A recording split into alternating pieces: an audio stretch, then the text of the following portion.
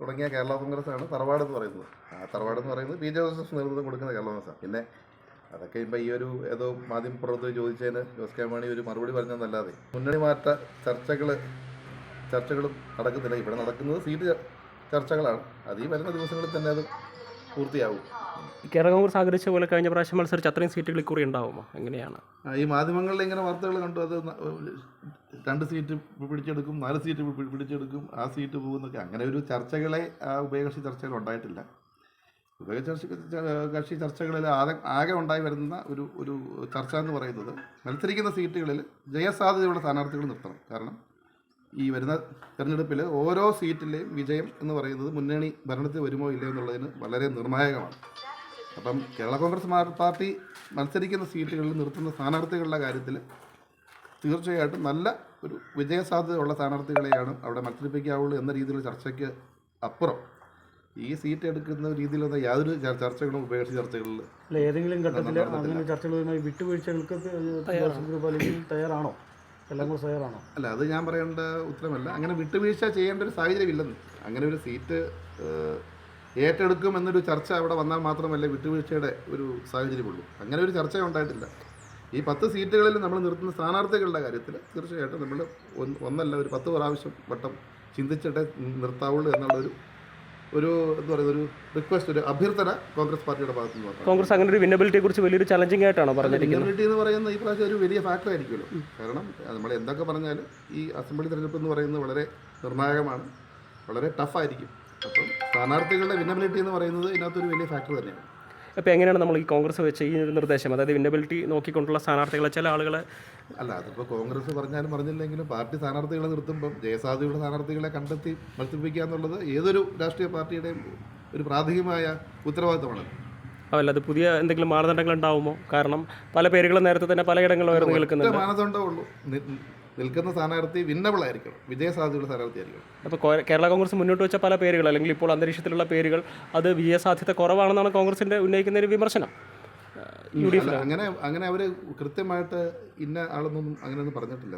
പൊതുവെ വിജയസാധ്യതയുള്ള സ്ഥാനാർത്ഥി വേണമെന്നുള്ളതാണ്. അത് തീർച്ചയായിട്ടും പാർട്ടിയും സ്ഥാനാർത്ഥികളെ നിർത്തുമ്പോൾ വിജയസാധ്യതയാണ് ഏറ്റവും വലിയ മാനദണ്ഡം. കോൺഗ്രസ് പറയുന്നത് ഇടുക്കി സീറ്റിൽ 9 പഞ്ചായത്തും കോൺഗ്രസ് ഒറ്റയ്ക്ക് ഭരിക്കുന്നു, മുനിസിപ്പാലിറ്റി കോൺഗ്രസ് ഒറ്റയ്ക്ക് ഘട്ടത്തിന് ഭരിക്കുന്നു. അപ്പോൾ സ്വാഭാവികമായിട്ടും കോൺഗ്രസിന് അവിടെ സീറ്റിൽ മത്സരിച്ചാൽ കൊള്ളാം എന്നുള്ളൊരു ആവശ്യമാണ് DCC KPCCയോട് പറഞ്ഞിരിക്കുന്നത്. അപ്പം ഏറ്റുമാനൂരിനെ സംബന്ധിച്ചും അത്ര ചില അഭിപ്രായങ്ങൾ പറയുന്നുണ്ട്. അപ്പോൾ ഇത്തരം സീറ്റുകൾ സംബന്ധിച്ചുള്ള ഒരു ആവശ്യം കോൺഗ്രസ് മുന്നോട്ട് വയ്ക്കുന്നുണ്ട്. ഒരു മുന്നണി സംവിധാനത്തിൽ ഇപ്പം UDF എന്ന് പറഞ്ഞ മുന്നണിയിൽ കോൺഗ്രസ് പാർട്ടിയുണ്ട്, കേരള കോൺഗ്രസ് പാർട്ടിയുണ്ട്, മുസ്ലിം ലീഗുണ്ട്, RSP ഉണ്ട്, CMP ഉണ്ട്. എല്ലാ മേഖലകളിലും ഇപ്പം തീർച്ചയായിട്ടും ഇന്ത്യ ഭരിച്ചുകൊണ്ടിരുന്നൊരു പാർട്ടിയാണ് കോൺഗ്രസ് പാർട്ടി. കേരളത്തിലെ ഏറ്റവും വലിയ മുന്നണിക്ക് നേതൃത്വം കൊടുക്കുന്ന പാർട്ടി കോൺഗ്രസ് പാർട്ടി തന്നെയാണ്. അതുപോലെ മറിച്ച് LDF-നാണെങ്കിൽ CPM ആണ് നേതൃത്വം കൊടുക്കുന്നത്. അത് തീർച്ചയായിട്ടും പല മേഖലകളിലും ശക്തി വഹിച്ചാൽ അല്ലെങ്കിൽ പാർട്ടി മെമ്പർഷിപ്പ് നോക്കിയാൽ അത് ആ പാർട്ടിക്കായിരിക്കും ശക്തി കൂടുതൽ. പക്ഷേ എന്നും ഉള്ള ഒരു സാഹചര്യം ഉള്ളപ്പോൾ തന്നെ ഒരു മുന്നണി സംവിധാനത്തിൽ മുന്നണിയിലുള്ള ഘടകകക്ഷികളുടെ ശക്തിയും കൂടെയാണ് മുന്നണിയുടെ ശക്തി. അപ്പോൾ അവിടെ ഏറ്റവും കൂടുതൽ സീറ്റ് ജയിച്ചത് നമ്മളാണെന്നുള്ളത് ഒരു മാനദണ്ഡമല്ല. അവിടെ എല്ലാ മുന്നണിയിലുള്ള ഈ ഓരോ കക്ഷികളും, ഇനിയിപ്പോൾ അതിനകത്ത് തന്നെ കോൺഗ്രസ് എന്നോ കേരള കോൺഗ്രസ് എന്നോ മുസ്ലിം ലീഗ് എന്നോ RSP എന്നോ CMP എന്നോ കോടതി ബ്ലോക്ക് എന്നോ ഒന്നും ഇല്ല.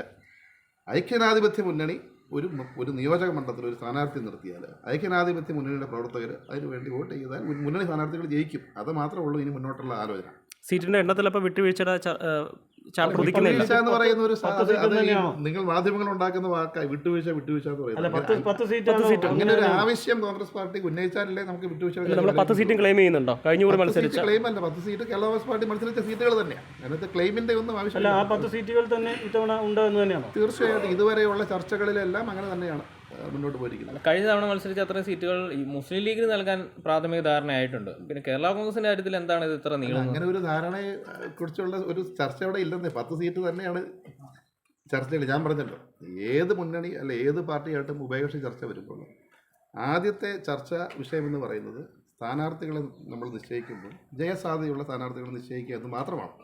കഴിഞ്ഞ ആഴ്ച ജോസഫ് വിഭാഗവുമായി ചർച്ച ഉണ്ടാകുമെന്ന് പറഞ്ഞിട്ട് പക്ഷേ അത് ഉണ്ടായില്ല. 2 ദിവസം ചർച്ചയ്ക്ക് സാധ്യത ഉണ്ട് എന്ന് പറഞ്ഞ ദിവസങ്ങളിൽ കോൺഗ്രസ് അത് പല കാര്യങ്ങൾ അതിപ്പോൾ അതിനകത്ത് ചർച്ചയ്ക്ക് വരേണ്ട നേതാക്കന്മാർ പലരും പല സ്ഥലങ്ങളിലായിപ്പോയി. ചിലർക്ക് കോഴിക്കോട് മലബാറൊക്കെ പരിപാടികൾ ഉള്ളതുകൊണ്ട് മാത്രം മാറിപ്പോയതാണ്, അല്ലാണ്ട് അതിനകത്ത് വേറെ മറ്റ് വിഷയങ്ങളൊന്നുമില്ല.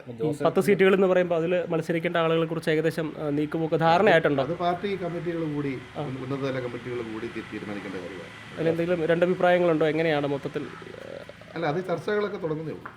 ജോസ് കെ മാണിയുടെ ക്ഷണത്തെ പൂർണ്ണമായും തള്ളുകയാണ്. അല്ല, ജോസ് കെ മാണി ചുമ്മാ ഒരു തമാശ പറഞ്ഞില്ലേ. അതിനകത്ത് നമ്മൾ അതിനകത്ത് ഈ മുന്നണിയിൽ ഇതിപ്പോൾ ഈ കഴിഞ്ഞ ത്രിതല പഞ്ചായത്ത് തിരഞ്ഞെടുപ്പ് കഴിഞ്ഞപ്പോൾ ഈ തറവാട് എന്ന് പറയുന്ന യഥാർത്ഥ PJ ജോസഫ് നേതൃത്വം കൊടുക്കുന്ന കേരള കോൺഗ്രസ് പാർട്ടി 1964 ഒക്ടോബർ 9 രൂപം കൊണ്ട തിരുനക്കര മൈതാനത്ത് മന്നത്ത് പത്മനാഭൻ തിരിതെളിച്ച് രൂപം കൊണ്ട കേരള കോൺഗ്രസ് പാർട്ടി ഏതാണ്ട് കേരള കോൺഗ്രസ് എമ്മുമായിട്ടുള്ള സീറ്റ് വ്യത്യാസം എന്ന് പറയുന്നത് ഏതാണ്ട് 100ഓളം സീറ്റുകൾ കൂടുതൽ ജയിച്ചിട്ടുണ്ട്. 12 ജില്ലാ പഞ്ചായത്ത് നമ്മൾ ജയിച്ചപ്പോൾ അവർ 6 ജയിച്ചു. അത് എല്ലാ ത്രിതല പഞ്ചായത്ത് തലങ്ങളിലും, അത് ബ്ലോക്ക് പഞ്ചായത്ത് ആയിക്കോട്ടെ, ഗ്രാമപഞ്ചായത്ത് ആയിക്കോട്ടെ, മുനിസിപ്പാലിറ്റി ആയിക്കോട്ടെ, കോർപ്പറേഷൻ ആയിക്കോട്ടെ, എല്ലായിടത്തും വ്യക്തമായ ആധിപത്യം കേരള കോൺഗ്രസ് പാർട്ടിക്കുണ്ട്. അപ്പോൾ അങ്ങനെ ഒരു ഇൻവിറ്റേഷൻ അത് അതിനകത്ത് വലിയ പ്രസക്തി ഉണ്ട്. ആ ഇൻവിറ്റേഷനിടയിലും ചെറിയൊരു കുത്തുണ്ട്. തറവാട്ടിലേക്ക് മുമ്പ് സ്വാഗതം ചെയ്തപ്പോൾ അനുഭവിച്ചത് ഞങ്ങളാണ് എന്നുള്ളൊരു വാക്കുകൂടി അദ്ദേഹത്തിൻ്റെ ഭാഗത്തുനിന്നുണ്ടായിരുന്നു. അത് പേര് മാറ്റിയാൽ മതി. തറവാട് എന്ന് പറയുന്നത് നമ്മൾ തന്നെ, അന്നും കേരള കോൺഗ്രസ് നമ്മൾ തന്നെയായിരുന്നു. ആ തറവാട്ടിലേക്ക് ഇത് ലയിച്ചപ്പോൾ അതിൻ്റെ ആ ബ്രണ്ട് മുഴുവൻ, അതിൻ്റെ എന്ന് പറയുന്നത് അതിൻ്റെ ആ ഒരു ആഘാതം മുഴുവൻ ഏറ്റെടുക്കേണ്ടി വന്നത് ജോസഫ് വിഭാഗത്തിന് തന്നെയാണ്.